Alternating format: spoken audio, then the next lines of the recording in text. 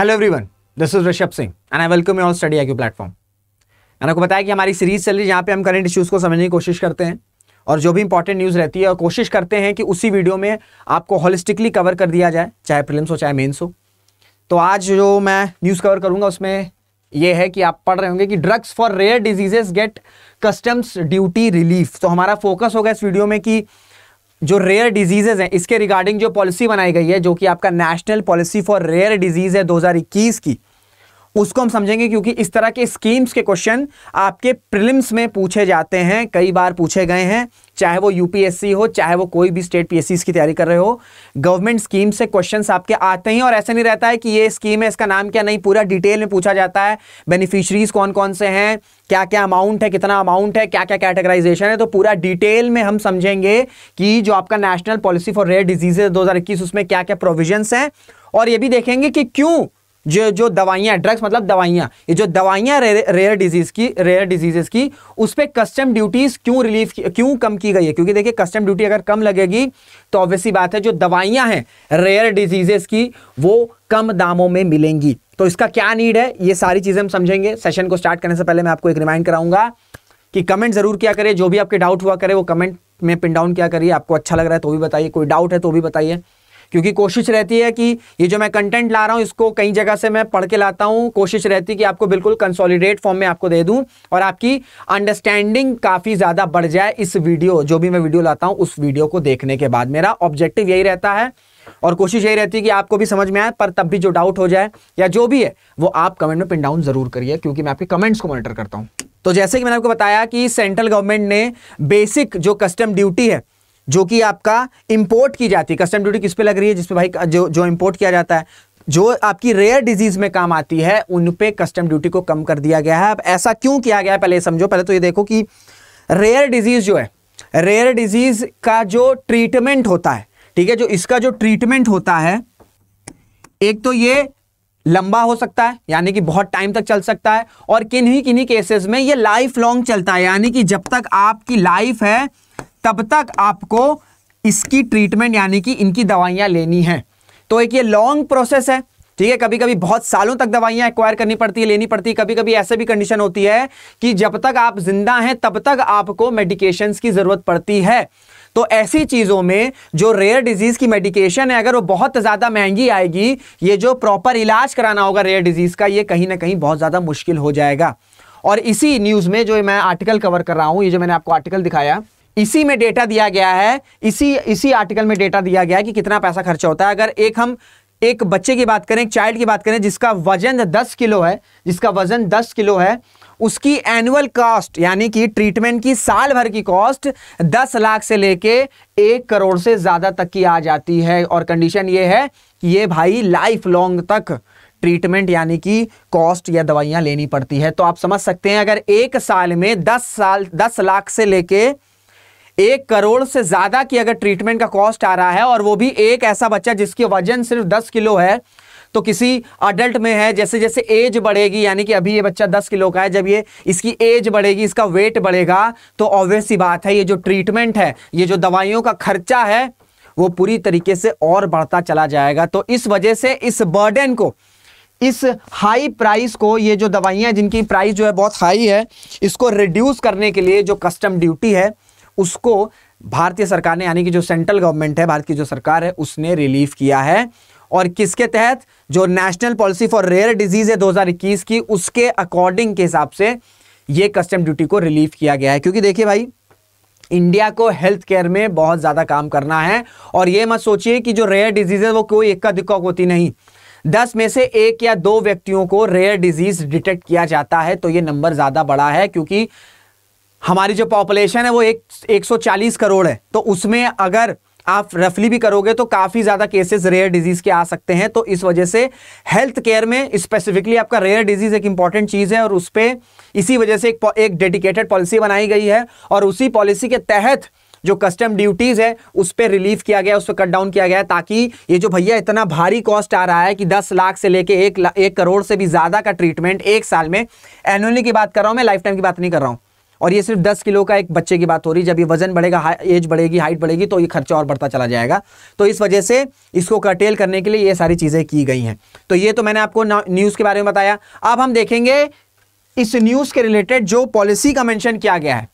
Policy क्या आपकी? National policy for rare diseases 2021। ये आपको समझनी होगी। देखिए क्या होता है, आप जब न्यूज़पेपर पढ़ते हो, न्यूज़पेपर का पढ़ने का फायदा ये होता है कि आपको पता चल जाता है कि कौन कौन सी स्कीम्स जो हैं वो न्यूज़ में हैं। और आजकल स्कीम्स पे क्वेश्चन आ रहे हैं, चाहे यूपीएससी हो जाए, चाहे स्टेट पीएससी हो जाए, और वो स्कीम से काफी डीप क्वेश्चंस पूछते हैं। ऐसा नहीं होता कि किस मिनिस्ट्री के अंडर है या कि कौन इंप्लीमेंट कर रहा है, ये सारी चीजें नहीं। एक डीप और काफी एनालिसिस वाले क्वेश्चंस पूछे जाते हैं, चाहे प्री हो चाहे मेंस हो। तो इस वजह से मेरी कोशिश रहेगी कि जो national policy for rare disease है 2021, इसकी हर एक चीज आपको बता दूं। आप चाहें तो नोट डाउन कर सकते हैं या आप चाहें तो स्क्रीनशॉट भी ले सकते हैं। तो हम अगर स्क्रीन की बात करें तो जो रेयर डिजीज के पेशेंट्स हैं उनको 3 ग्रुप में बांट दिया गया है। इस पॉलिसी में 3 ग्रुप में बांट दिया गया है। पहले ग्रुप की बात करें तो ऐसे रेयर डिजीज के लोग जिनकी ट्रीटमेंट जो है वो एक बार में फुलफिल हो सकती है, यानी कि एक टाइम में क्यूरेट कर सकती है। दूसरे ग्रुप की बात करें तो वो ये होते हैं जिनको लॉन्ग टर्म, या तो बहुत लंबे समय के लिए चाहिए दवाइयां, या जिनको जीवन भर के लिए मेडिकेशन की जरूरत पड़ेगी। फिर जो तीसरे लोग होते हैं वो ये होते हैं कि जिनको रेयर डिजीजेस है और उसमें ट्रीटमेंट भी हो सकता है, पर चैलेंजेस ये होता है कि जो पेशेंट के पास चैलेंज ये आता है कि किस जगह पे दिखाएं, कहां पे पेशेंट को वो रिफर करें, क्योंकि कॉस्ट बहुत ज्यादा लगती है। तो ये 3 ग्रुप में कैटेगराइज किया गया है। ये 3 ग्रुप में आपका कैटेगराइज किया गया है पेशेंट्स को। National policy for rare disease 2021 की बात करें, आसान सी चीज है, या तो आप नोट डाउन कर लो या तो मैं थोड़ा सा साइड हो जा रहा हूं, आप स्क्रीनशॉट ले लो। क्लियर हो गया? अब देखिए, जैसे कि मैंने आपको बताया कि कैटेगराइजेशन तो कर दिया, कैटेगराइजेशन के बाद भाई फाइनेंशियल सपोर्ट जब तक नहीं होगा तब तक वो ट्रीटमेंट का क्या फायदा। अगर मुझे पता चल गया है कि मेरे को कोई बीमारी है, मेरे को कोई रेयर डिजीजेज है, ठीक है, और मेरे पास उस बीमारी का इलाज कराने का पैसा नहीं और मुझे सरकार की तरफ से फाइनेंशियल सपोर्ट भी नहीं मिल रहा है, तो क्या फायदा होगा? मुझे बस पता रहेगा रेयर डिजीज है। तो इसी वजह से फाइनेंशियल सपोर्ट भी है इसमें। और वो कितना है? वो है आपका कि जो मैंने आपको बताया कि जो ग्रुप 1 में जिनको यानी कि एक बार जरूरत पड़ती है, ठीक है, उनका जो रेयर डिजीज है वो एक बार के ट्रीटमेंट सही हो सकता है, उनको फाइनेंशियली सपोर्ट किया जाएगा 20 लाख रुपए। 20 लाख रुपए उनको एक बार में दिया जाएगा। और किस स्कीम के तहत दिया जाएगा? वो स्कीम का नाम ध्यान रखना भाई, राष्ट्रीय आरोग्य निधि। ठीक है, राष्ट्रीय आरोग्य निधि के तहत आपका जो रेयर डिजीज के पेशेंट हैं, that is categorise in the group 1 according to national rare disease policy for 2021, they will be getting a financial support of ₹20 lakh under the umbrella scheme. The scheme is Rashtriya Arogya निधि। तो अगर हम scheme की बात करें तो ये आपकी फाइनेंशियल असिस्टेंस प्रोवाइड करती है किनको? जो कि ऐसे लोग जो पॉवर्टी लाइन के नीचे हैं, यानी कि बिलो पॉवर्टी लाइन, ठीक है, बिलो पॉवर्टी लाइन, और ये अपना इलाज करा सकते हैं किसी भी सुपर स्पेशलिटी गवर्नमेंट हॉस्पिटल या इंस्टीट्यूट्स में, इनको फाइनेंशियल सपोर्ट किया जाता है। और सिर्फ इस ग्रुप में यानी कि राष्ट्रीय आरोग्य निधि में सिर्फ जो पीपल बिलोंगिंग टू या जो बिलो पॉवर्टी लाइन है उन्हीं को नहीं, वही एलिजिबल नहीं है। साथ ही साथ 40% पॉपुलेशन जो कि एलिजिबल है आपका प्रधानमंत्री जन आरोग्य योजना में, वो भी इस फाइनेंशियल सपोर्ट का पार्ट बन सकते हैं, पर कंडीशन यह है कि इनको सिर्फ आपका टर्शरी हॉस्पिटल्स में ट्रीट किया जाएगा। टर्शरी हॉस्पिटल्स क्या होते हैं? टर्शरी हॉस्पिटल्स जो कि बहुत ज्यादा मॉडिफाइड हॉस्पिटल्स होते हैं, जहां पे बहुत ही ज्यादा सोफिस्टिकेटेड मशीन्स रहती हैं। क्योंकि अगर हम रेयर डिजीजेस की बात करें तो इसको डिटेक्ट करना भी, इसका डायग्नोस करना, इसका डिटेक्ट करने के लिए आपको कुछ हाई सोफिस्टिकेटेड मशीन्स की जरूरत पड़ती है, इक्विपमेंट्स की जरूरत पड़ती है। तो वो हर हॉस्पिटल्स में अवेलेबल नहीं होता है। वो जो टर्शरी हॉस्पिटल्स हैं जिनको इसी तरीके से डिजाइन किया गया है कि वहां पे सोफिस्टिकेटेड मशीन्स होंगी, सोफिस्टिकेटेड इक्विपमेंट्स होंगे, जहां पे इजीली ये क्यूरेट किया जाएगा, ट्रीट किया जाएगा और डायग्नोस किया जाएगा कि हाँ भाई इस पेशेंट को रेयर डिजीजेस है। तो फाइनेंशियल सपोर्ट में कंडीशन क्या है? फाइनेंशियल सपोर्ट में कंडीशन ये है कि जो ग्रुप 1 में लोग हैं उनको 20 लाख रुपए दिया जाएगा। किस स्कीम के तहत? राष्ट्रीय आरोग्य निधि। और ये राष्ट्रीय आरोग्य निधि फाइनेंशियल सपोर्ट करती है किनको? जो पॉवर्टी लाइन के नीचे हैं। और साथ ही साथ इसमें फाइनेंशियल सपोर्ट के लिए एलिजिबल वो भी हैं जो कि आपका प्रधानमंत्री जन आरोग्य योजना के लिए एलिजिबल हैं। और इसका 40%, ये नंबर ध्यान रखना, 40%, सभी नहीं, 40% those who are eligible for प्रधानमंत्री Jan Arogya Yojana, and the condition for them is they have to treat only in government territory hospitals only। ये स्टेटमेंट भी ध्यान रखना, ठीक है, ये स्टेटमेंट भी ध्यान रखिएगा। तो मैंने अभी आपको क्या बताया, national policy for rare disease 2021 में अभी हमने क्या देखा, हमने देखा कि किस तरीके से कैटेगराइजेशन किया गया है पेशेंट्स का ग्रुप 1, ग्रुप 2, ग्रुप 3 के फॉर्म में, and how they are getting the financial support, and specially for group 1 the group 1 people will get a financial support of rupees 20 lakh under an umbrella scheme, that is Rashtriya Arogya Nidhi. The Rashtriya Arogya Nidhi is scheme that provides financial assistance for the people living below poverty line, and 40% of the people who are eligible under Pradhan Mantri Jan Arogya Yojana.